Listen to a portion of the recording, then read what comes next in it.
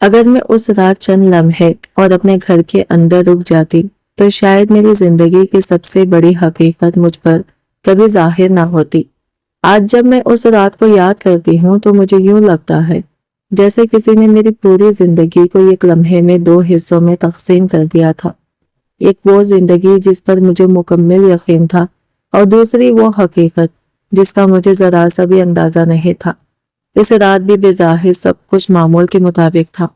میرے شوہر فہد اپنے کمرے میں بیٹھے لیپ ٹاپ پر کام کر رہے تھے۔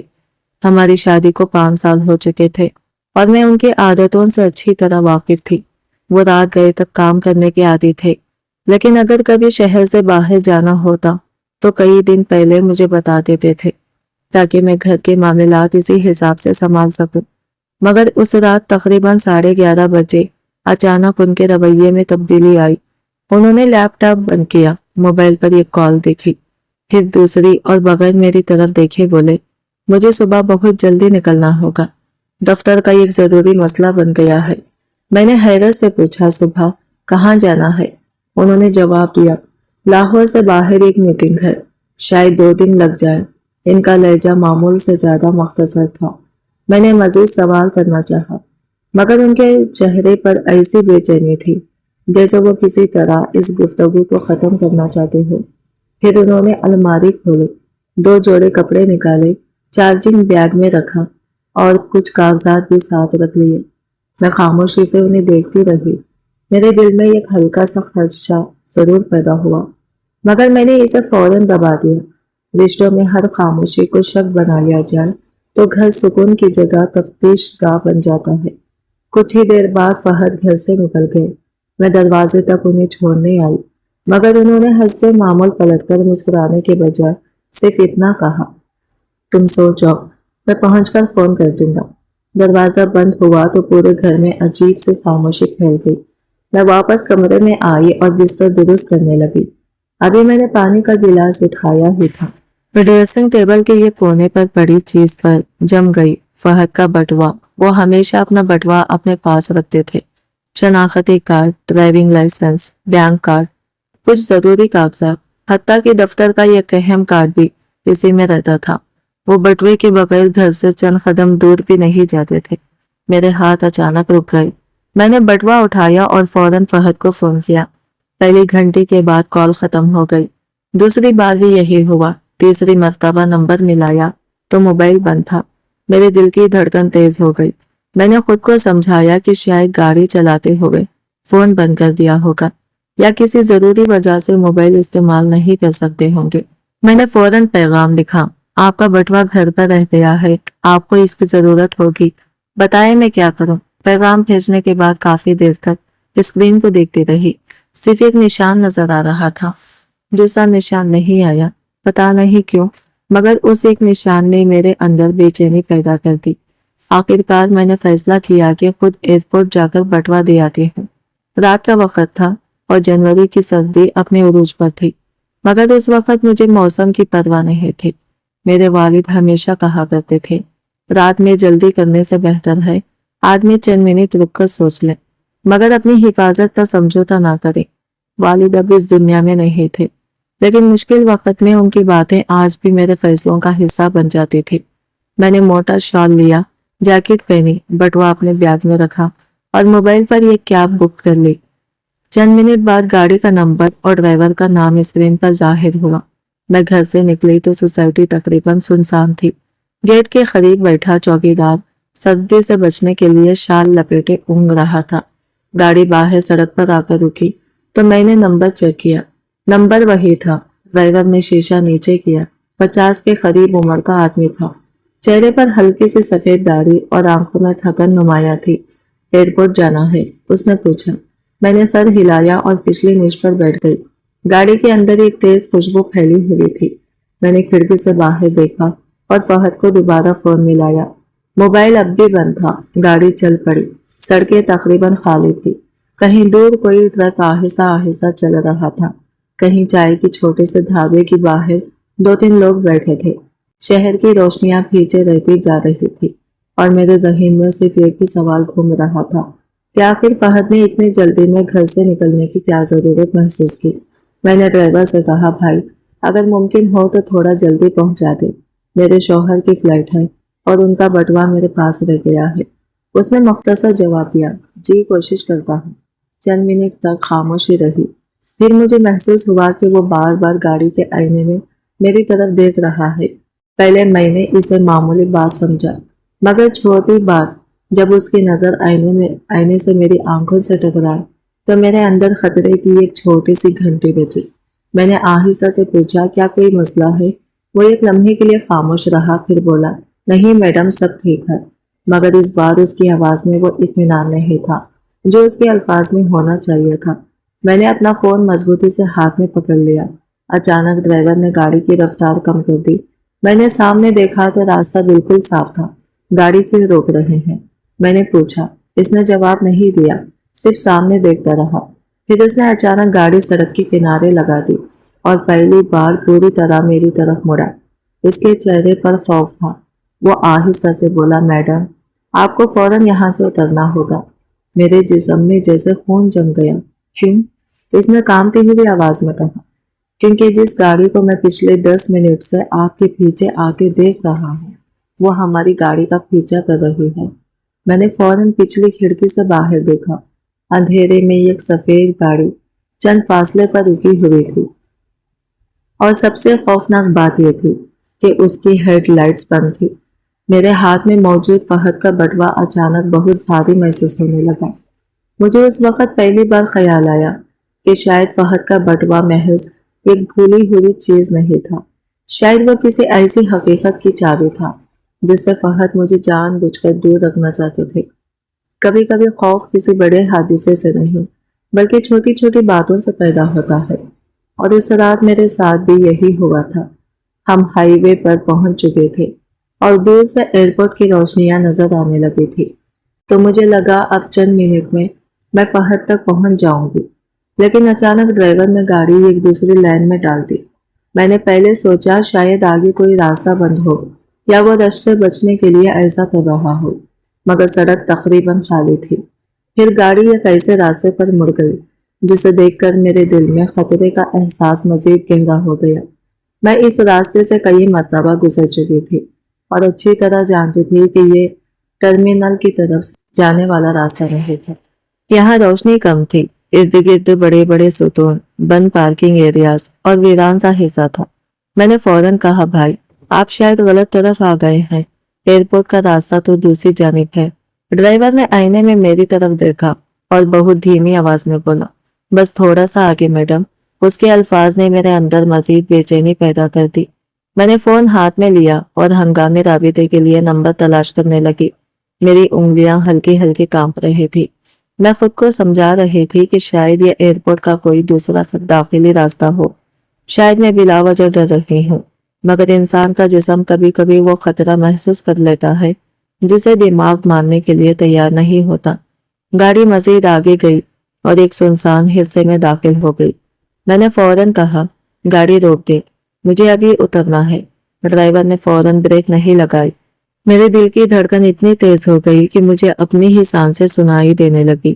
میں نے دروازے کا ہینڈل کھینچا مگر دروازہ نہیں کھلا۔ دوسری بار پوری طاقت سے کوشش کی تو سمجھ آیا کہ دروازہ اندر سے لاک تھا۔ میرے جسم میں سرد لہر دوڑ گئی۔ میں نے بلند آواز میں پوچھا، دروازہ لاک کیوں ہے؟ اسے فوراً کھولے۔ ڈرائیور نے خطرے گھبرائی ہوئی آواز میں کہا، میڈم براہ کرم شور نہ کریں۔ میں غصے سے چیخی، میں شور کیوں نہ کروں؟ آپ مجھے غلط جگہ پر لے آئے ہیں اور دروازہ بھی نہیں کھول رہے۔ اس نے گاڑی کی رفتار کم کر دی مگر مکمل طور پر روکی نہیں۔ میں نے موبائل سے مدد کے لیے کال کرنے کی کوشش کی لیکن گھبراہٹ میں انگلیاں بار بار غلط جگہ جا رہی تھی۔ اسی لمحے میں نے غور سے ڈرائیور کے چہرے کو دیکھا اور میرے لیے سب سے حیران کن بات سامنے آئی۔ اس کی آنکھوں میں کسی مجرم کی بے رحمی نہیں تھی، نہ غصہ تھا نہ وہ اطمینان جو کسی ایسے شخص کے چہرے پر ہوتا ہے جو اپنے شکار کو قابو میں سمجھتا ہو۔ اس کی آنکھوں میں خوف تھا اور وہ خوف میرے لیے نہیں بلکہ کسی اور کے لیے تھا۔ اس نے آہستہ سے کہا، میڈم میری بات مانیں، ابھی گاڑی سے باہر مت نکلے۔ میں نے کھڑکی سے باہر دیکھا۔ اندھیرے میں دور ایک ستون کے قریب کوئی سایہ سا دکھائی دیا۔ میں نے فوراً پوچھا، وہاں کون ہے؟ ड्राइवर ने जवाब देने के बजाय सिर्फ इतना कहा, बस चंद लम्हे और। मेरे अंदर गुस्सा और खौफ एक साथ भड़क उठा। मैंने कहा कि आप मुझे अगवा करने की कोशिश कर रहे हैं। अगर ऐसा है तो अभी गाड़ी रोकें। वो फौरन बोला, नहीं, मैं आपको बचाने की कोशिश कर रहा हूँ। उसके अल्फाज मेरे जहन में गूंजने लगे। बचाने की कोशिश? एक अजनबी ड्राइवर मुझे एक सुनसान जगह पर ले आया था। दरवाजे लॉक थे और अब वो कह रहा था कि वो मेरी हिफाजत कर रहा है। मैंने अपने बैग में रखा फहद का बटवा मजबूती से पकड़ लिया। अचानक मेरे जहन में यह ख्याल आया जिसने मेरी सांस रोक दी। कहीं ऐसा तो नहीं कि फहद ने वो बटवा जानबूझकर घर में छोड़ा हो? क्या मुझे यहाँ तक लाने का ये पूरा मंसूबा पहले से बनाया गया था? मैं अभी इस ख्याल को मुकम्मल शक्ल भी नहीं दे पाई थी कि दूर से सायरन की आवाज़ सुनाई दी। पहले वो बहुत मध्यम थी, फिर आहिस्ता आहिस्ता करीब आने लगी। ड्राइवर ने एक लंबी सांस ली, जैसे कई मिनट से रोका हुआ खौफ अचानक बाहर निकला हो। मैंने बेचैनी से पूछा, ये पुलिस है? उसने मेरी तरफ देखे बगैर कहा, अब आपको मेरी बात पर यकीन करना होगा। जो कुछ आप समझ रहे हैं हकीकत उससे कहीं ज्यादा खतरनाक है। मैंने पूछा, आप आखिर हैं कौन? चंद लम्हे वो खामोश रहा, फिर बोला, मेरा नाम सलीम है। मैं सिर्फ एक कैब ड्राइवर नहीं हूँ, लेकिन उस वक्त आपको पूरी बात बताना आपके लिए महफूज नहीं। बस इतना समझ लें कि जिन लोगों से आपको खतरा है वो आपके बहुत करीब है। मेरे जहन में फौरन फहद का चेहरा आया। मैंने सख्त लहजे में पूछा, क्या आप मेरे शौहर को जानते हैं? सलीम ने जवाब नहीं दिया। उसकी खामोशी मेरे लिए किसी एतराफ से कम नहीं थी। मैंने दोबारा पूछा, आप फहद को जानते हैं ना? इस बार उसने नजरें झुका ली। बाहर सायरन मजीद करीब आ चुका था और नीली सफेद रोशनियां अंधेरे को चीरती हुई हमारी गाड़ी तक पहुंच रही थी। मैंने दरवाजा दोबारा खींचा, मगर वो अभी भी लॉक था। सलीम ने कहा, अगर आप अभी बाहर निकलेंगे तो मुमकिन है आप उन लोगों के हाथ लग जाएं जिनसे मैं आपको बचा रहा हूँ।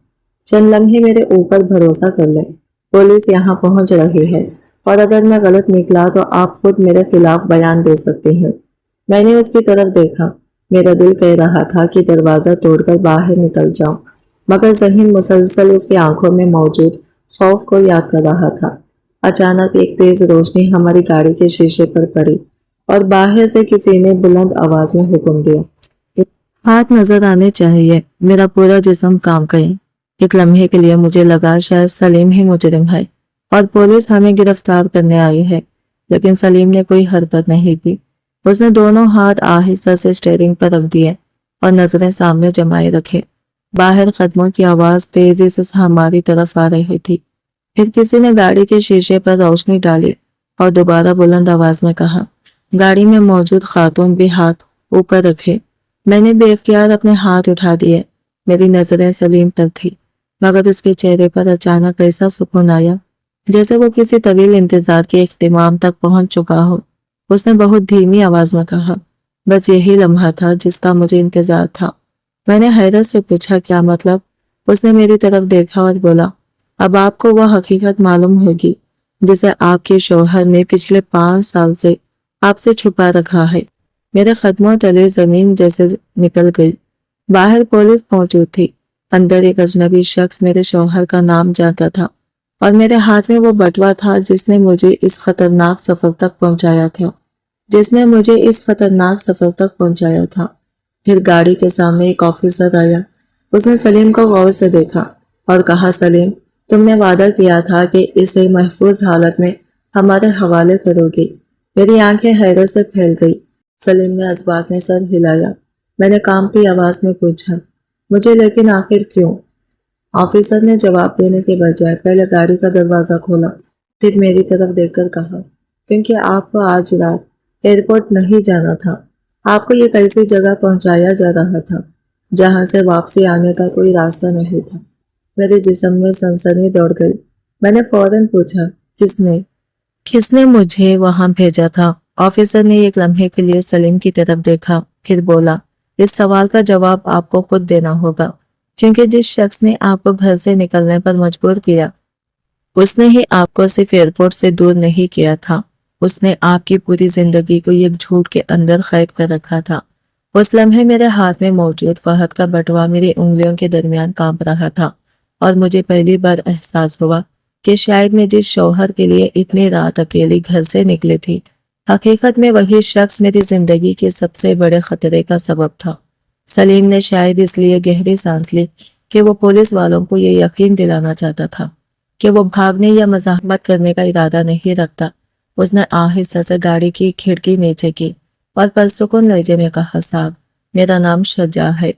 उसकी आवाज में ना घबराहट थी, ना सफाई पेश करने की जल्दी, बस एक अजीब सा थका हुआ इत्मीनान था, जैसे वो अपना नाम सिर्फ तारुफ करने के लिए नहीं बल्कि किसी पुराने अहद को पूरा करने के लिए बता रहा हो। बाहर खड़े ऑफिसर के चेहरे की तासीरात अचानक बदल गए।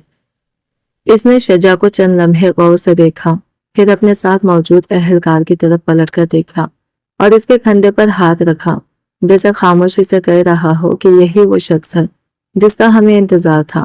फिर उस ऑफिसर ने दोबारा पूछा, शज्जा? इस बार उसके लहजे में पहले जैसी सख्ती नहीं थी। शज्जा ने सर हिलाकर कहा, जी साहब, मुझे सिर्फ मैडम को महफूज रखना था।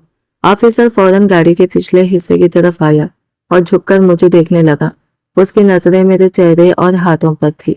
उसने नरम आवाज में पूछा, आपको कहीं चोट तो नहीं लगी? मैंने नफीर में सर हिलाया, मगर मेरे हाथ अब भी कांप रहे थे। मैं बोलना चाहती थी, लेकिन जैसे अल्फाज गले में कहीं फंस गए हो। मेरे हाथ में अब भी फहद का बटुआ था और मैं इसे इतनी मजबूती से पकड़े हुए थी जैसे वो बटुआ नहीं बल्कि मेरी पूरी जिंदगी का आखिरी सहारा हो। ऑफिसर ने कहा, मैडम, दरवाजा खोलते हैं, आप बाहर आ जाएं। आप बिल्कुल महफूज हैं।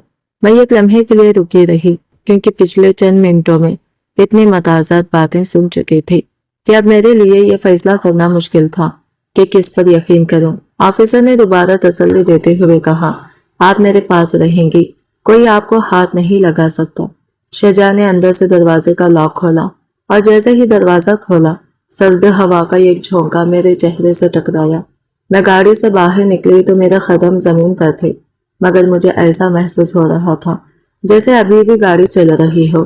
सामने 2 पुलिस गाड़ियां खड़ी थी और कुछ फासले पर एक तीसरी गाड़ी थी जिस पर घूमती हुई नीली रोशनियां अंधेरे को बार बार चीर रही थी। कभी पूरा इलाका नीला दिखाई देता और अगले ही लम्हे सुर्खी मायल रोशनी में डूब जाता।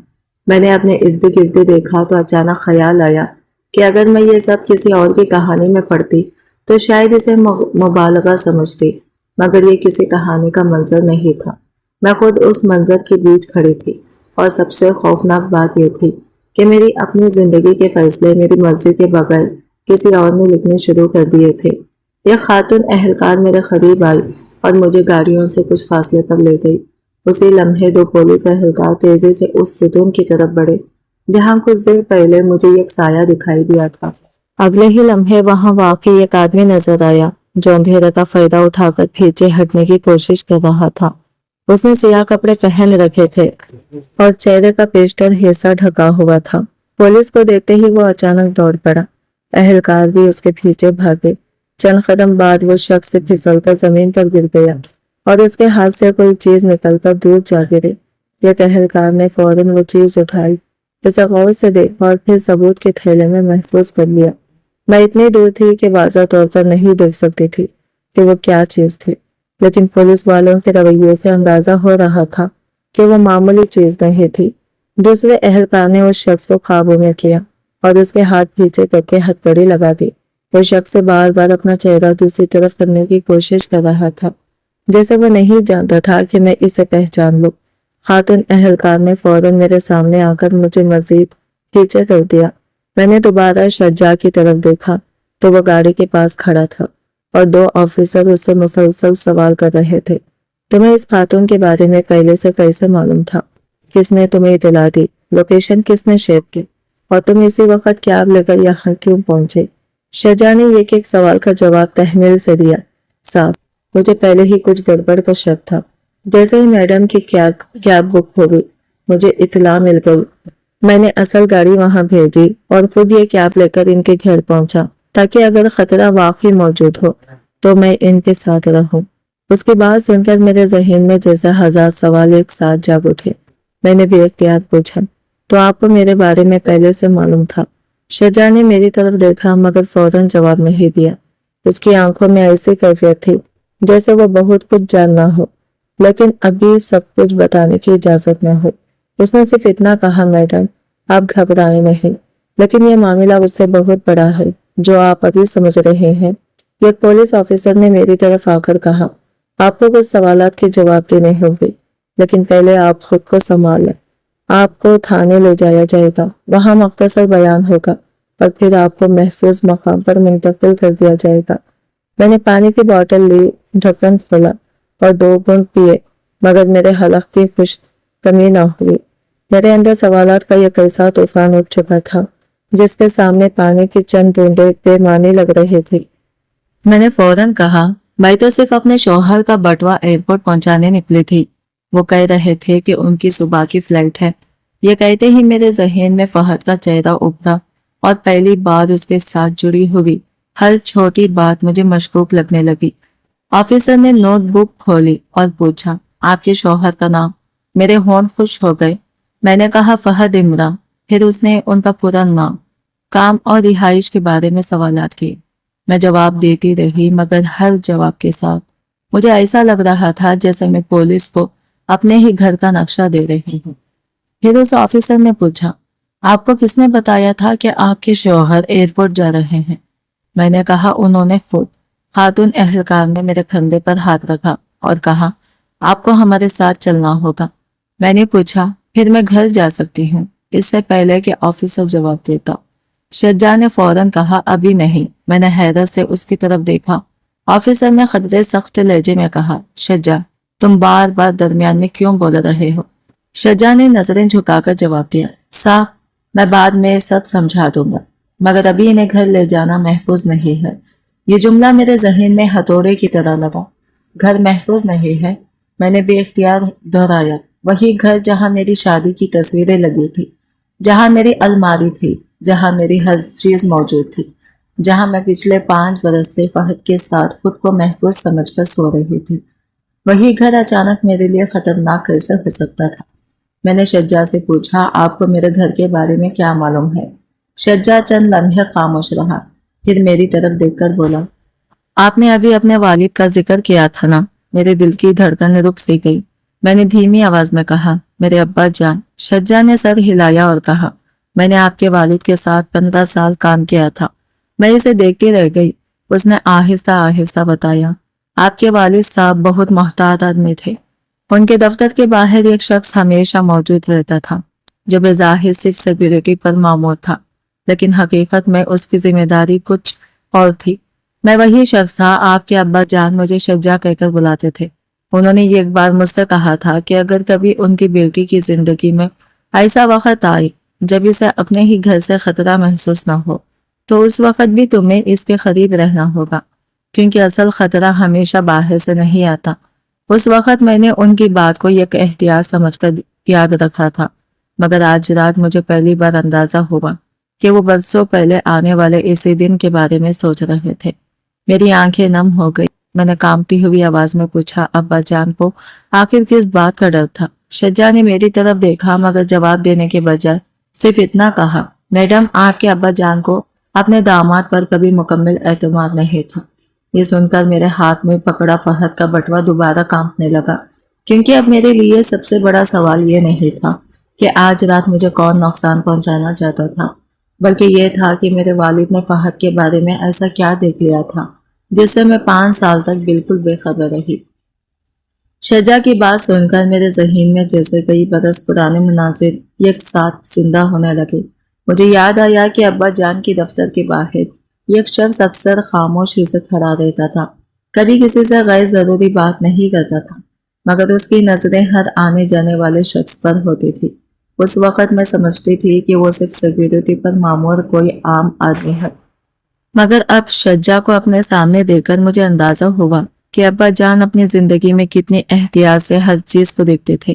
شجاع نے میری طرف دیکھ کر آہستہ سے کہا، میڈم آپ کے ابا جان نے دنیا سے جانے سے کچھ عرصہ پہلے مجھے ایک بات کہی تھی۔ میں نے بے اختیار پوچھا، کیا؟ اس نے چند لمحے خاموش رہنے کے بعد کہا، انہوں نے کہا تھا میری بیٹی بہت جلد لوگوں پر یقین کر لیتی ہے، اس پر نظر رکھنا لیکن اس کی آزادی مت چھیننا، بس اس وقت اس کے ساتھ کھڑے ہونا جب اسے تمہاری जरूरत हो। ये सुनते ही मेरे गले में जैसे कुछ अटक गया। अब्बा जान के आखिरी दिन, उनकी आवाज, उनकी दुआएं, सब कुछ मेरी आंखों के सामने घूम गया। मैंने पूछा, लेकिन आप इतने साल कहाँ थे? अगर अब्बा जान ने आपको मेरे बारे में कहा था तो आप कभी मेरे सामने क्यों नहीं आए? शजा ने जवाब दिया, मैं आपकी जिंदगी में मुदाखलत नहीं करना चाहता था। आपके वालिद के इंतकाल के बाद मैंने अपनी जिम्मेदारी खत्म नहीं समझी, लेकिन आपकी जिंदगी को दूर से देखता रहा। उन्होंने मुझे चंद नाम, कुछ फोन नंबर्स और चंद ऐसी मालूमात दी थी जिन्हें मैं उस वक्त समझ नहीं सका था। उन्होंने सिर्फ इतना कहा था कि अगर कभी आपकी जिंदगी में कोई रात अचानक गैर मामूली तौर पर खामोश लगे तो समझ लेना कि खतरा दरवाजे से नहीं, घर के अंदर से आया है। मेरे जहन में फौरन फहद का चेहरा उभरा। उसका अचानक सफर का फैसला, मेरी आंखों से नजरें चुराना, बेवजह जल्दी में सामान बांटना और फिर अपना बटुआ जानबूझकर या अनजाने में घर में छोड़ जाना, सब एक दूसरे से जुड़ने लगा। मैंने बेख्तियार कहा, क्या यह सब फहद की वजह से है? शजा ने मेरी आंखों में देखा, लेकिन फौरन जवाब नहीं दिया। उसकी खामोशी ने मेरे दिल में पहले से मौजूद खौफ को मजीद मजबूत कर दिया। मैं अभी आपको ऐसा इल्जाम नहीं देना चाहता जिसकी पूरी हकीकत आपने खुद ना देखी हो, लेकिन एक चीज आपको अभी जानना जरूरी है। आज रात आपके साथ जो होने वाला था वो आम चोरी या इत्तेफाकी विरादत नहीं थी। किसी ने आपको रास्ते से हटाने की बाकायदा तैयारी की थी। मेरे जिस्म में सनसनी दौड़ गई। रास्ते से हटाने का मतलब? मैंने मुश्किल से पूछा। खातून अहलकार ने फौरन मेरे कंधे पर हाथ रखा और मुझे पुलिस गाड़ी में बैठने का इशारा किया। आप अभी बहुत सदमे में हैं, पहले बैठें। मैं गाड़ी की पिछली निश्त पर बैठ गई। दरवाजा बंद हुआ तो बाहर घूमती हुई नीली रोशनियां शीशे पर पड़ रही थी। अंदर अजीब खामोशी थी, जैसे चंद लम्हों के लिए दुनिया मुझसे दूर हो गई हो। मैंने आंखें बंद की, मगर जहन में सवाल और ज्यादा शोर करने लगे। कुछ देर बाद शजा ने एक ऑफिसर से इजाजत लेकर गाड़ी का दरवाजा थोड़ा सा खोला और कहा, मैडम अपना फोन दिखाएं। मैंने मोबाइल उसकी तरफ बढ़ा दिया। उसने कैब की पिकिंग देखी और कहा, जो ड्राइवर आपको ऐप पर दिखाया गया था वो असल ड्राइवर नहीं था। मैंने उसकी शनाख्त पहले ही चेक कर ली थी और इसे रास्ते से हटवा दिया था। मैंने उसकी जगह खुद ये गाड़ी लेकर आपको पिक किया, क्योंकि मुझे यकीन था कि अगर आप किसी और के साथ एयरपोर्ट की तरफ निकलेंगे तो रास्ते में आपको रोकने की कोशिश की जाएगी। मैंने हैरत से पूछा, लेकिन आपको कैसे मालूम था कि मेरे साथ ऐसा होगा? शजा ने गहरी सांस ली और कहा, क्योंकि मैं कई हफ्तों से कुछ लोगों की सरगर्मियों पर नजर रख रहा था, आप पर नहीं, उन लोगों पर जो आपके करीब आ रहे थे। मेरे अंदर एक झटका लगा। मैंने फौरन पूछा, कौन लोग? शजा ने अपना फोन निकाला, कुछ देर स्क्रीन पर तलाश किया और फिर एक तस्वीर मेरे सामने कर दी। तस्वीर देखते ही मेरी सांस रुक गई। उसमें फहद एक रेस्टोरेंट के बाहर खड़ा था और उसके साथ मेरे सबसे करीबी सहेली मरियम मौजूद थी। दोनों के चेहरों पर ऐसी बेतकल्लुफी थी जो सिर्फ रस्मी दोस्ती से कहीं आगे महसूस होती थी। फहद का हाथ मरियम के कंधे के करीब था और मरियम हंस रही थी। मैंने चंद लम्हों तक तस्वीर को देखा, फिर खुद को समझाने की कोशिश की कि शायद ये सिर्फ ये काम मुलाकात हो। शजा ने दूसरी तस्वीर खोली। इस बार फहद और मरियम एक एयरपोर्ट लॉन्च में नजर आए। उनके साथ दो बड़े सफरी बैग थे। तीसरी तस्वीर में दोनों एक होटल के लॉबी में खड़े थे। मेरी आंखें स्क्रीन पर जम गई थी, मगर मेरे अंदर कुछ टूटा जा रहा था। मैंने बामुश्किल पूछा, ये तस्वीर कब की है? शजा ने जवाब दिया, पिछले 2 माह की। मेरे जहन ने फौरन इन महीनों के वाकयात को दोबारा तरतीब देना शुरू कर दिया। मरियम का बार बार घर आना, फहद के साथ उसके गैर मामूली बेतकल्लुफी, उन दोनों का बाज बातों पर एक दूसरे को देखकर मुस्कुराना और मेरा हर बार खुद को यह कहकर खामोश करा देना कि मैं बिलावजह शक कर रही हूँ। मैंने हमेशा अपनी शादी को बचाने के लिए अपने सवालों को खुद ही दफन किया था, लेकिन अब उन दबे हुए सवालों ने जैसे मेरे सामने खड़े होकर पूछना शुरू कर दिया था कि आखिर तुमने हमें इतने अरसे तक क्यों नजरअंदाज किया। शजा ने अगली तस्वीर खोली तो मेरे हाथ से मोबाइल तकरीबन छूट गया।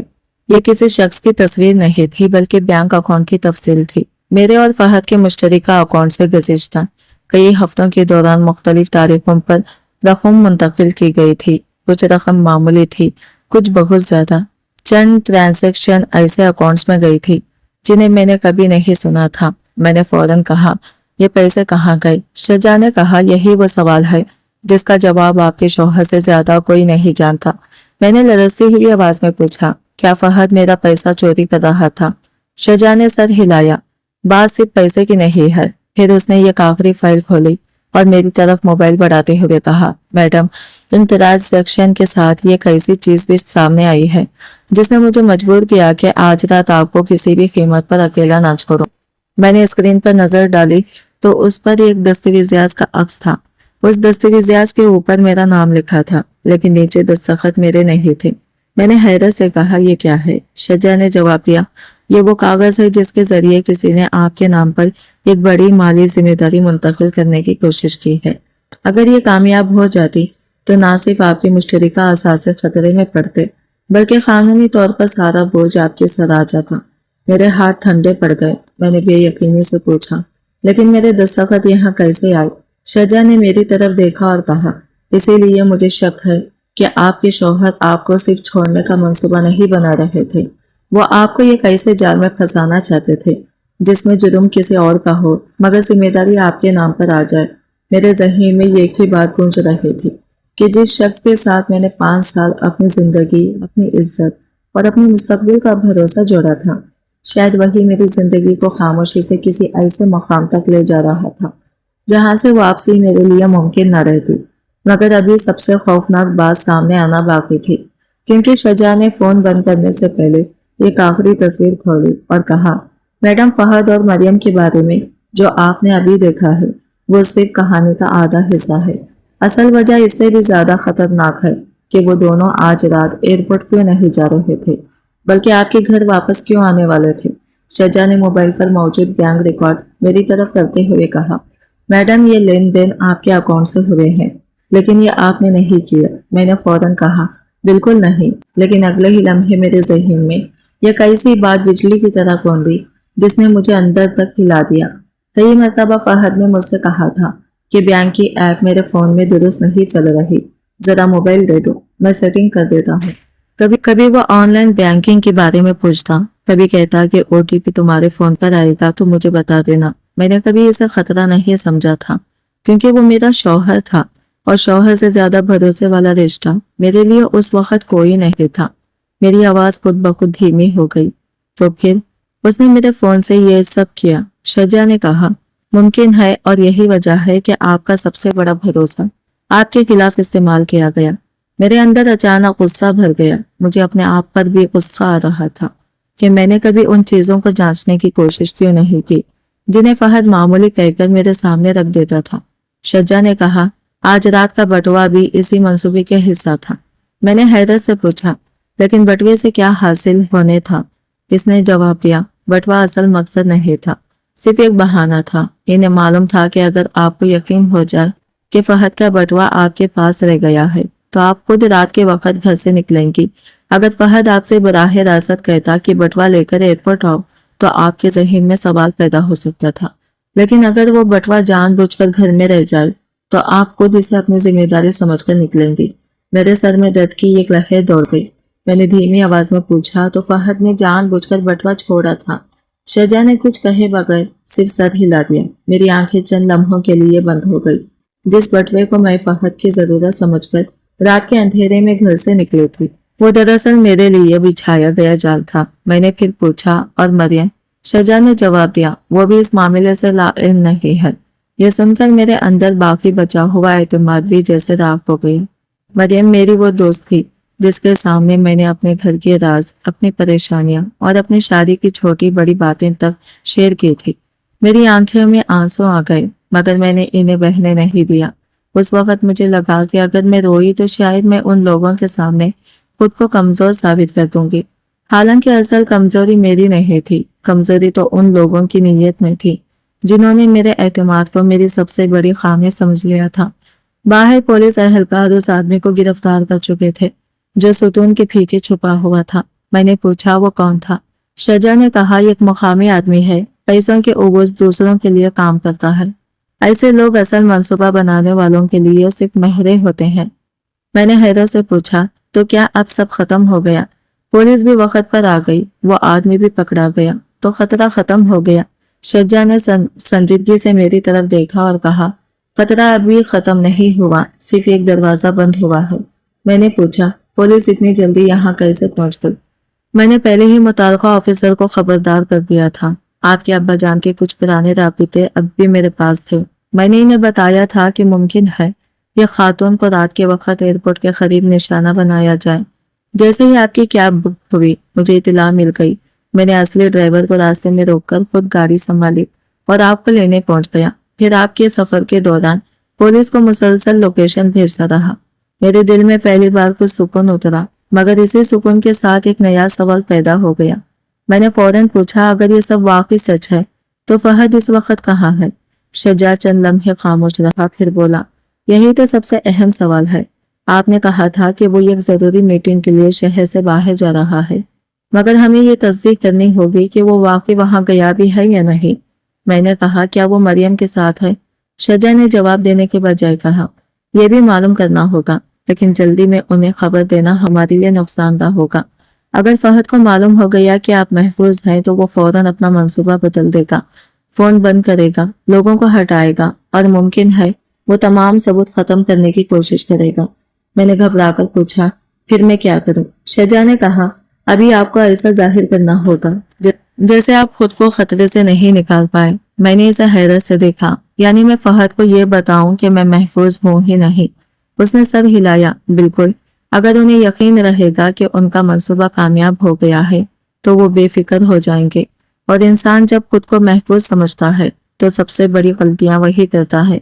फिर शज्जा ने बताया कि हमें मेरे घर की भी तलाशी नहीं बल्कि कानूनी निगरानी के साथ मुकम्मल जांच करनी होगी, क्योंकि मुमकिन है वहां ऐसे कागजात मौजूद हों जिनके बारे में मुझे कुछ मालूम ही ना हो। उसने खास तौर पर उन दस्तावेजात का जिक्र किया जो बेज़ाहिर आम बैंक फॉर्म, इंश्योरेंस पेपर्स या वकालत नामे लग सकते थे, मगर इन पर मेरे दस्तखत इस्तेमाल करके मेरी माली या कानूनी जिम्मेदारी किसी और तरफ मुंतकिल की गई हो। उसकी बात सुनते ही मुझे चंद माह पहले का एक वाकया याद आया। फहद ने एक दिन मेरे सामने कुछ कागजात रखकर कहा था, बस बैंक की रस्मी कार्रवाई है, यहाँ दस्तखत कर दो। मैंने उस वक्त बगैर पढ़े दस्तखत कर दिए थे। अब्बा जान हमेशा कहते थे, बेटी, कागज पर अपना नाम लिखने से पहले उसे खुद पढ़ना, चाहे सामने बैठा शख्स तुम्हारा अपना ही क्यों ना हो। उस वक्त मुझे उनकी नसीहत सख्त लगती थी, मगर आज एहसास हुआ कि वो सख्ती नहीं बल्कि मेरे मुस्तकबिल की हिफाजत थी। मैंने शज्जा से पूछा, अब क्या होगा? उसने कहा, पहले आप पुलिस के साथ जाएंगी, अपना बयान रिकॉर्ड करवाएंगी और फिर आपको महफूज मकाम पर मुंतकिल किया जाएगा। उसके बाद हम फहद और मरियम के सरगर्मियों का कानूनी तरीके से सुराग लगाएंगे। मैंने फौरन पूछा, और अगर इन्हें पता चल गया कि मैं बच गई हूँ? शज्जा ने कहा, हम उन्हें खुद नहीं बताएंगे, इन्हें यही यकीन रहने देंगे कि आज रात उनका मंसूबा अपनी जगह पहुंच गया। मेरे जिस्म में अब भी कपकपाहट थी, लेकिन अब वो सिर्फ खौफ की वजह से नहीं थी। मेरे अंदर गुस्सा भी पैदा हो चुका था और उस गुस्से के नीचे एक अजीब सा अज़म जन्म ले रहा था। मैंने शज्जा की तरफ देखा और कहा, आप मेरे लिए इतना सब कुछ क्यों कर रहे हैं? आपको क्या मिलेगा? शज्जा ने चंद लम्हे मेरी तरफ देखा, फिर बहुत सादा लहजे में जवाब दिया, मुझे कुछ नहीं चाहिए, मैं सिर्फ आपके अब्बा जान का एक वादा निभा रहा हूँ। वो रुका और फिर बोला, आपके अब्बा जान ने मुझे कहा था कि अगर कभी उनकी बेटी को अपनी ही जिंदगी में तन्हा महसूस हो तो उसे याद दिलाना कि भरोसा करना गलती नहीं, मगर हर शख्स को भरोसे के काबिल समझ लेना खतरनाक जरूर है। उसकी बात सुनकर मेरी आंखों में आंसू जरूर आ गए। मैंने पहली बार अपने आप से कहा, मैं कमजोर नहीं हूँ। शज्जा ने मेरी बात सुन ली। उसने कहा, नहीं, आप कमजोर नहीं हैं, आपने सिर्फ गलत लोगों को अपना समझ लिया था। अब असल इम्तिहान ये है कि आप अपने एतमाद को दोबारा अपनी ताकत कैसे बनाती हैं। मैंने अपने हाथ में मौजूद फहद के बटवे को देखा और दिल में एक फैसला कर लिया। आज तक मैं फहद के हर झूठ को मोहब्बत समझकर नजरअंदाज करती रही थी, मगर अब मैं जज्बात में आकर कोई कदम नहीं उठाऊंगी। मैं सच जानूंगी, सबूत जमा करूंगी, और अगर वाकई मेरे शौहर ने मेरे खिलाफ ये सब किया है तो इस बार मैं उसके सामने वही खामोश बीवी बनकर नहीं खड़ी होंगी जिसे वो आसानी से धोखा दे सके। शज्जा ने मेरी तरफ देखकर कहा, आपका मसला ये नहीं था कि आप बहुत ज्यादा भरोसा करती थी, मसला यह था कि कुछ लोगों ने आपके भरोसे को आपके खिलाफ इस्तेमाल करना सीख लिया था, और आपके अब्बा जान कभी नहीं चाहते थे कि आपकी यही खूबी एक दिन आपकी खबर बन जाए। उसके ये अल्फाज मेरे गले में एक बार फिर गिरह बन गए। मगर इस मर्तबा मैंने खुद को रोने नहीं दिया। मैंने पानी की बोतल का आखिरी घूंट पिया और मजबूत आवाज में कहा, मुझे थाने ले चले, मैं अपना बयान दूंगी। पुलिस की गाड़ी चल पड़ी और मैं पूरे रास्ते खिड़की से बाहर देखती रही। वही सड़कें थी जिनसे मैं रोज गुजरती थी, वही दुकानें, वही रोशनियां और वही शहर, लेकिन आज हर चीज अजनबी महसूस हो रही थी। मुझे यूं लग रहा था जैसे किसी ने मेरे अपने शहर पर धुन की एक मोटी तह चढ़ा दी हो और उस धुन के पीछे मेरी जिंदगी की वो हकीकत छुपी हो जिसे मैं बरसों से देखने से खासी थी। थाने पहुंचने के बाद मुझे एक कमरे में बिठाया गया। वही खातून अहलकार भी मेरे साथ थी और कुछ देर बाद इंस्पेक्टर अंदर आए। उन्होंने बहुत सुकून से सवालात शुरू किया। क्या आप किस वक्त बुक की? घर से कब निकली? शजा से पहले क्या बात हुई? ड्राइवर ने कहाँ गाड़ी मोड़ी? मैंने फहद को कितनी बार कॉल की? कौन सा पैगाम भेजा? हर सवाल का जवाब देते हुए मुझे यूं महसूस हो रहा था कि जैसे मैं अपनी ही जिंदगी का मुकद्दमा खुद बयान कर रही हूँ। इंस्पेक्टर ने फिर कहा, हमें आपके शौहर का नंबर चाहिए, आपके दोस्त का नंबर भी और घर का मुकम्मल पता। हमें एक टीम बनानी होगी ताकि एक साथ कई जगहों पर कार्रवाई हो सके। मैंने दोनों नंबर लिखकर दिए। मरियम का नंबर देते हुए मेरी उंगलियां एक लम्हे के लिए रुक गई। यही वो लड़की थी जिसके साथ मैंने अपनी खुशियां बांटी थी, जिसे मैं अपनी शादी के बाद भी अपने घर का हिस्सा समझती रही थी, और आज वही नंबर एक पुलिस फाइल का हिस्सा बन चुका था। इंस्पेक्टर ने बताया कि जो शख्स रात को सुतून के पीछे पकड़ा गया था वो सिर्फ एक छोटा सा मोहरा है और असल मंसूबा बनाने वालों तक पहुंचने के लिए फहद का सफर का record, ticket, bank transaction, phone राबिते और हालिया मुलाकातों की तफसील जरूरी होगी। उन्होंने खास तौर पर कहा, आप अपना फोन हरगिज किसी के हवाले नहीं करेंगी, इसे बंद भी नहीं करेंगी और अभी आप किसी को खुद से फोन नहीं करेंगी, खास तौर पर अपने शौहर को नहीं। मैं फौरन समझ गई कि ऐसा क्यों कहा जा रहा था। अगर मैं फहद को फोन करती, उससे सवाल करती या अपनी आवाज में खौफ जाहिर करती तो वो समझ जाता कि कुछ गलत हो गया है। फिर वो अपने साथियों को खबरदार करता, सबूत खत्म करता और शायद शहर से बाहर निकल जाता। इंस्पेक्टर ने शजा की तरफ देखकर पूछा, तुम्हें यकीन है कि यह खातून तुम्हारे साथ महफूज रहेंगी? शजा ने जवाब दिया, अगर आप इजाजत दे तो मैं इन्हें एक महफूज फ्लैट में ले जा सकता हूँ। वहाँ बाहर गार्ड है, इमारत में कैमरे हैं और उस जगह का इल्म सफर चंद लोगों को है। इंस्पेक्टर ने कुछ सोचकर सर हिलाया और कहा, ठीक है, लेकिन हमारी एक टीम उनके घर भी जाएगी। घर में मौजूद किसी चीज को हाथ लगाने से पहले सब कुछ रिकॉर्ड किया जाएगा। यह सुनते ही मुझे अचानक अपनी अलमारी में रखी चंद फाइलें याद आई। फहद हमेशा अपनी अहम दस्तावेजात की एक मखसूस दराज में रखता था।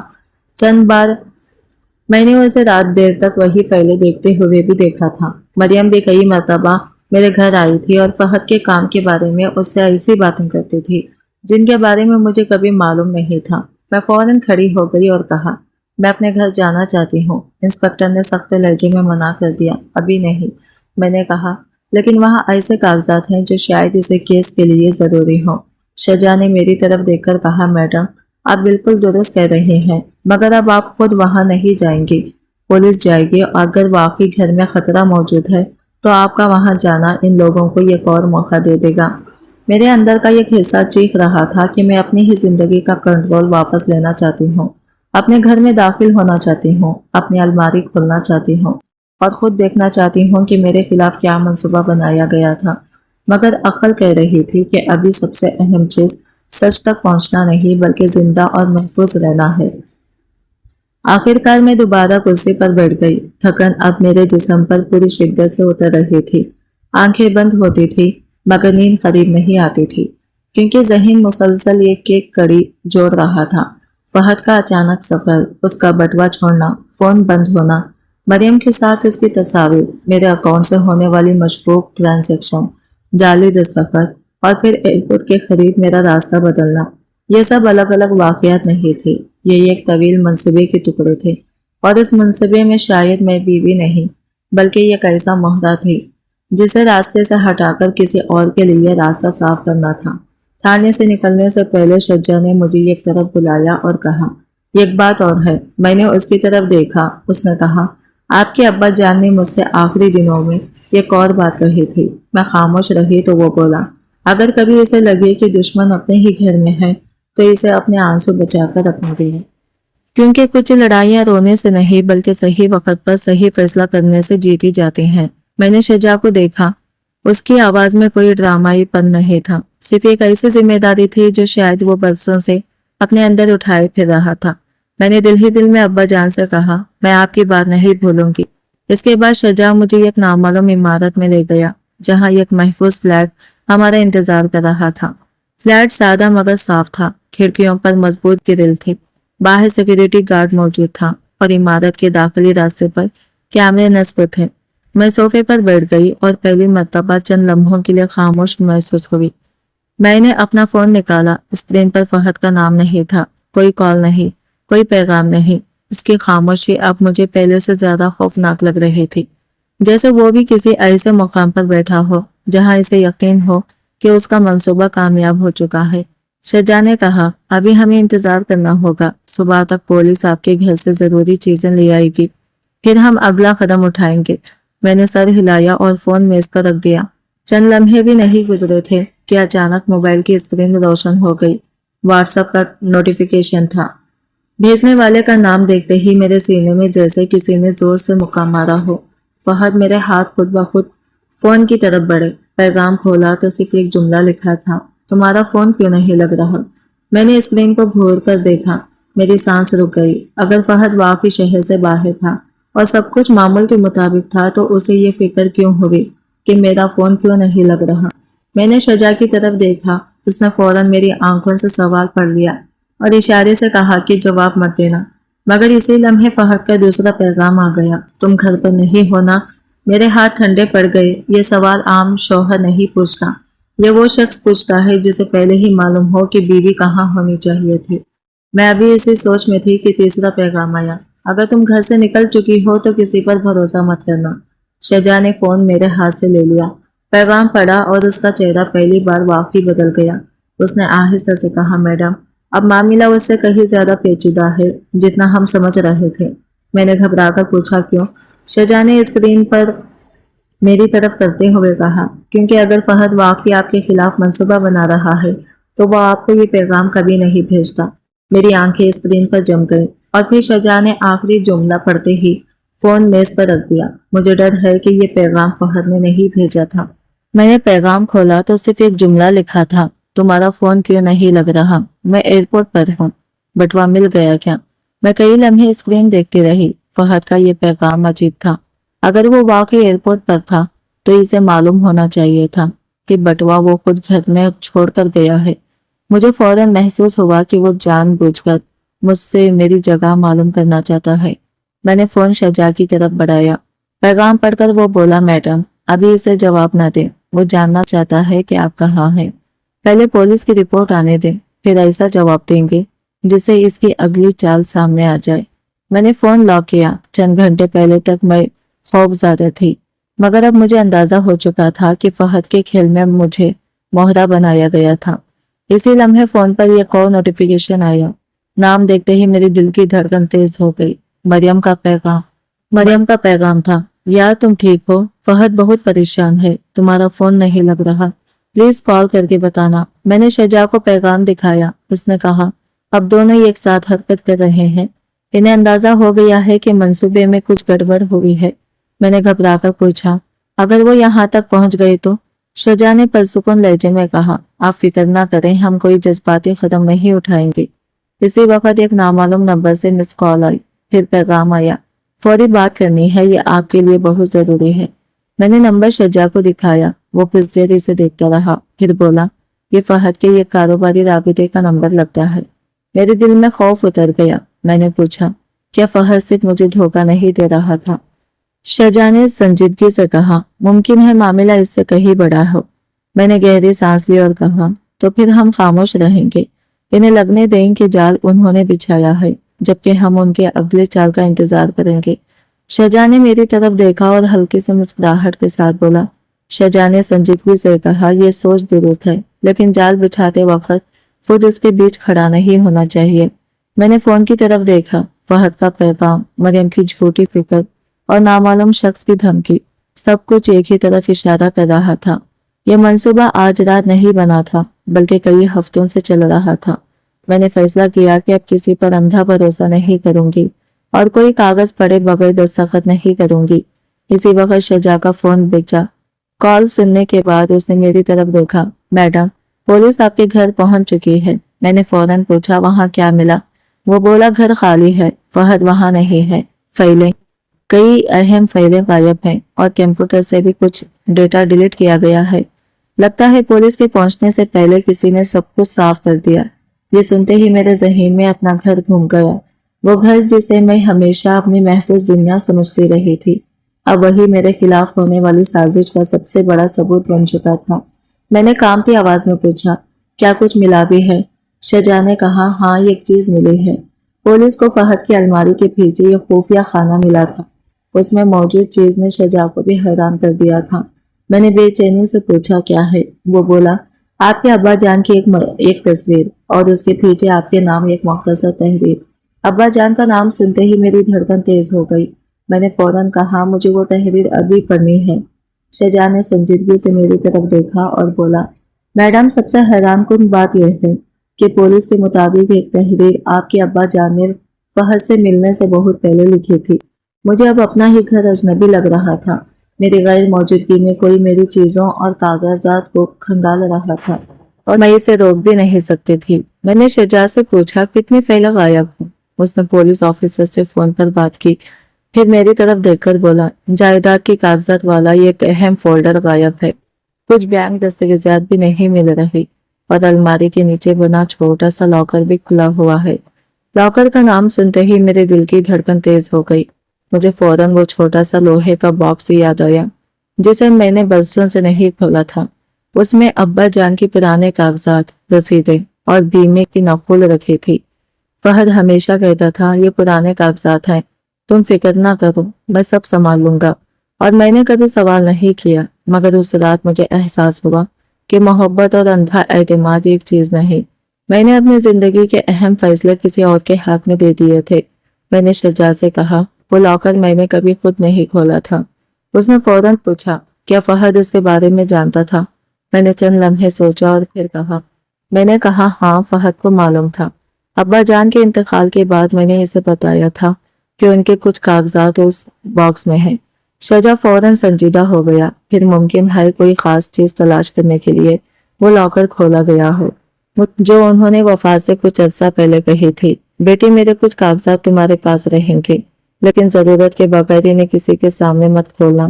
اس وقت میں نے ان کی بات کو اہمیت نہیں دی تھی، مگر آج وہ جملہ میرے ذہن میں گونج رہا تھا۔ میں نے شجاع سے پوچھا، کیا لاکر خالی ملا؟ اس نے پولیس سے دوبارہ بات کی، پھر بولا، نہیں، کچھ پرانے کاغذات موجود ہیں، لیکن ایک اصل دستاویزات غائب ہے۔ کون سی؟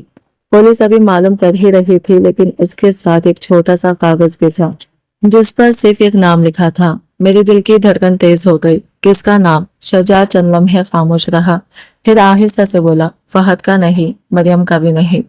میرے دل میں خوف اتر گیا۔ شجاع نے فون پر موجود تصویر میری طرف کی، کاغذ پر ایک اجنبی نام لکھا تھا۔ میں نے پوچھا، آپ اسے جانتے ہیں؟ شجاع نے سنجیدگی سے کہا، ہاں، اور یہی بات مجھے پریشان کر رہی ہے۔ یہ وہی شخص ہے جس کا نام آپ کے ابا جان کی آخری سیکیورٹی رپورٹ میں بھی موجود تھا۔ میرے قدموں تلے سے زمین نکل گئی۔ اگر یہ شخص ابا جان کے زمانے سے موجود تھا تو ممکن تھا فہد نے میری زندگی میں آنے سے پہلے ہی میرے خاندان کے بارے میں معلومات جمع کرنا شروع کر دی تھی۔ 4 سال کی شادی، فہد کی محبت، مریم کی دوستی اور میرے مالی معاملات، کیا یہ سب محض اتفاق تھا؟ میرے ذہن میں صرف ایک سوال گونج رہا تھا، اگر فہد صرف میرا شوہر نہیں تھا تو پھر وہ میری زندگی میں آیا کیوں تھا؟ اسی لمحے شجاع کے فون پر پولیس کی کال آئی۔ کال ختم ہوئی تو اس کا چہرہ بدل چکا تھا۔ میں نے گھبرا کر پوچھا، اب کیا ہوا؟ وہ بولا، پولیس کو آپ کے گھر سے آپ کے نام پر کھولا گیا ایک نیا بینک اکاؤنٹ ملا ہے جس کے بارے میں آپ کو کوئی علم نہیں۔ میری آنکھوں کے سامنے اندھیرا چھانے لگا۔ اب سوال صرف فہد کے دھوکے کا نہیں تھا، میری شناخت اور میرے نام کو آخر کس مقصد کے لیے استعمال کیا جا رہا تھا۔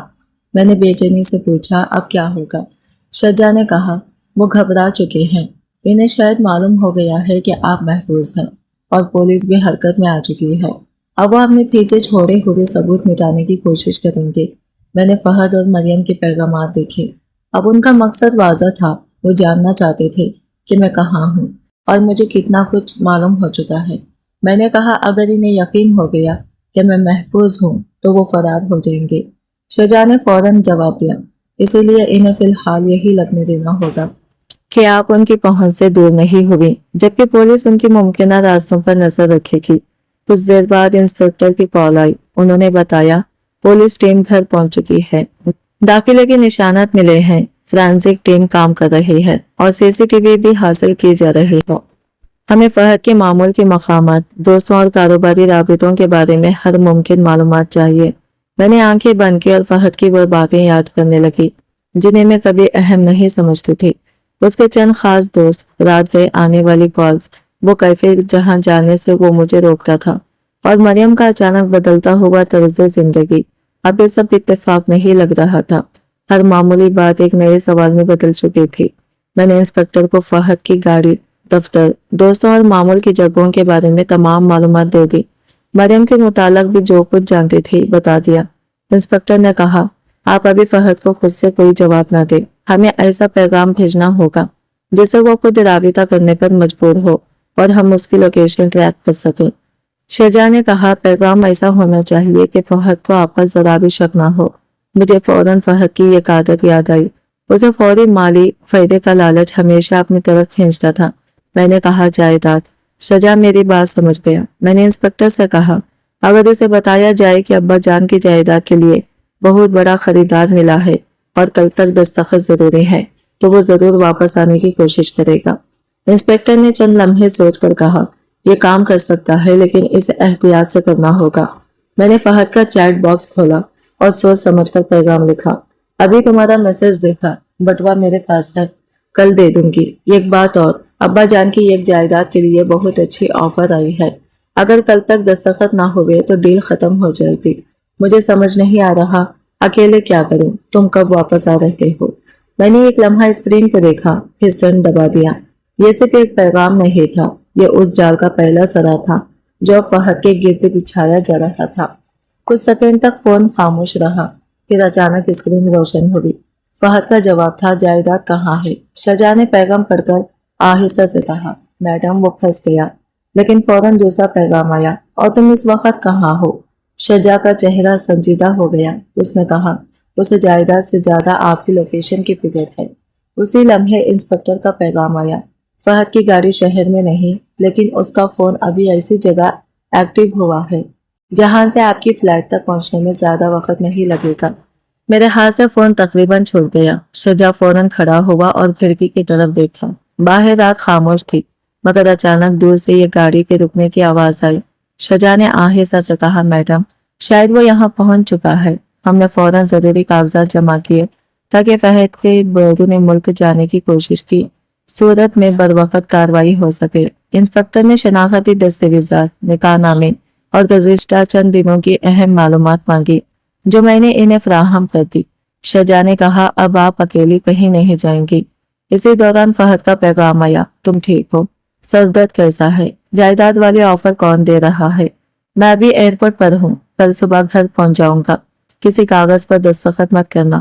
میں نے پیغام شجاع کو دکھایا۔ اس نے فوراً کہا، اس کی اصل فکر جائیداد ہے اور اب ہمیں اس کے ایئرپورٹ والے دعوے کی تصدیق کرنی ہوگی۔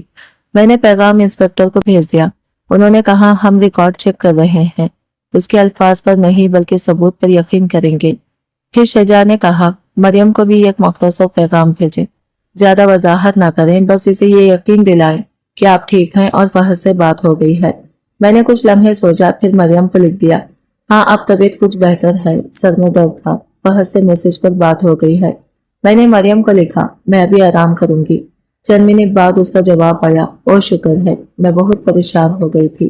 فہد بھی پریشان تھا، تم آرام کرو، کل ملتے ہیں۔ میں نے آخری الفاظ دوبارہ پڑھے۔ اس لہجے میں عجیب سا اطمینان تھا۔ میں نے شجاع کی طرف دیکھا تو اس نے فوراً کہا، اب یہ صرف شک نہیں رہا۔ اگلی صبح پولیس نے گھر کی سی سی ٹی وی فوٹیج اور فرانسک شواہد جمع کیے۔ فوٹیج میں 2 مشتبہ افراد نظر آئے تھے، جبکہ گارڈ نے بھی 2 نامعلوم لوگوں کی رات میں فہد کے فلیٹ تک جانے کی تصدیق کی۔ سائبر ٹیم نے فون اور بینکنگ سرگرمیوں کا جائزہ لیا تو ایک اور خطرناک بات سامنے آئی۔ انسپکٹر نے بتایا، گزشتہ ہفتے آپ کے اکاؤنٹ سے بڑی رقم منتقل کرنے کی کوشش ہوئی تھی۔ मगर ट्रांजैक्शन मुकम्मल नहीं हो सकी। आज सुबह दोबारा कोशिश की गई। मैं हैरान रह गई। आज सुबह, लेकिन मैं तो महफूज मकाम पर थी। इंस्पेक्टर ने जवाब दिया, इसीलिए मामला मजीद संगीन है। कोशिश किसी दूसरे जरिए से की गई है। शजा ने कहा, अब वो घबरा रहे हैं और घबराया हुआ आदमी अक्सर ऐसी गलती करता है जो वो पुरसुकून हालत में नहीं करता। इसी वक्त मेरे फोन पर फहद की कॉल आ गई। शजा ने इशारा किया कि कॉल स्पीकर पर रखो और रिकॉर्डिंग शुरू कर दी गई। मैंने फोन उठाया तो फहद ने फिक्र जाहिर करते हुए पूछा, तुम कहाँ थी? फोन क्यों बंद था? तुम ठीक हो? मैंने कमजोर आवाज में कहा, सर में दर्द था, अभी तबीयत ठीक नहीं। वो फौरन जायदाद के बारे में पूछने लगा। वो ऑफर कौन दे रहा है? मैंने कहा, एक ब्रोकर है, कह रहा है आज शाम तक कागजात मुकम्मल हो तो रकम जल्द मिल सकती है। तुम वापस आओ, मैं अकेले फैसला नहीं कर सकती। चंद लम्हे खामोश रहने के बाद फहद बोला, ठीक है, मैं आज रात आता हूँ, किसी से बात मत करना, खास तौर पर मरियम से भी नहीं। मैं खुद आकर सब देखूंगा। उसने इसरार किया कि मैं घर पर ही रहूं। कॉल खत्म होते ही इंस्पेक्टर ने कहा, आप घर नहीं जाएंगी और ना उसे वहां बुलाएंगे। इसे ऐसी अवामी जगह पर बुलाएंगे जहां हमारी टीम पहले से मौजूद हो। फहद को लगेगा कि वह आप और कागजात के करीब है, लेकिन हकीकत में हर रास्ता हमारी निगरानी में होगा। मैंने पूछा, अगर वो अकेला ना आया तो? शजा ने जवाब दिया, तो हम उसके साथ आने वाले हर शख्स पर नजर रखेंगे, क्योंकि मुमकिन है आज से फहद नहीं बल्कि उस राज का एक और किरदार भी सामने आए। शजा ने फौरन मंसूबा बदल दिया। शहर के एक मसरूफ शॉपिंग मॉल के करीब कैफे का इंतखाब किया गया, जहां पुलिस के लिए निगरानी आसान थी। मैं वहां मौजूद नहीं रहूंगी, बल्कि एक खातून एहलकार मेरी जैकेट और दुपट्टा पहनकर मेरी जगह बैठेगी, जबकि बाकी टीम आम लिबास में आसपास मौजूद रहेगी। मैंने इमरान को पैगाम भेजा। मैं डॉक्टर के पास गई थी, इसलिए घर नहीं जा सकी। ब्रोकर ने मॉल के सामने वाले कैफे में बुलाया है, कागजात वही देख लेंगे। मैं यहाँ पहुंच चुकी हूँ। जवाब फौरन आया, वही रहो, मैं आता हूँ। कुछ देर बाद इमरान कैफे के करीब पहुंचा, मगर वो अकेला नहीं था। आलिमा भी दूसरे दरवाजे से अंदर आई और दोनों ने एक दूसरे से फासला रखा, जैसे एक दूसरे को जानते ही ना हो। शजा ने कहा, अभी सिर्फ देखना है, कोई कदम नहीं उठाना। इमरान कैफे में गया और उस खातून अहलकार के सामने बैठ गया। उसने फिक्रमंदी का ड्रामा करते हुए कुछ कहा, फिर फोन निकालकर पैगाम भेजा। बाहर मौजूद आलिमा ने शीशे से अंदर देखा और एक मामूली सा इशारा किया। पुलिस पहले ही उस इशारे पर नजर रखे हुए थी। कुछ देर बाद खातून अहलकार ने कहा, ब्रोकर अभी आता होगा, असल कागजात इसी के पास है। इमरान फौरन बेचैन हो गया और सख्त लहजे में बोला, कागजात कहाँ है? फिर उसने मेज पर पड़े फोन की तरफ हाथ बढ़ाया, जैसे वो उसकी स्क्रीन या लोकेशन चेक करना चाहता हो। शजा ने फौरन एयरफेस पर कहा, टीम तैयार रहे। इसी लम्हे दो सादा लिबास अहलकार कैफे में दाखिल हुए।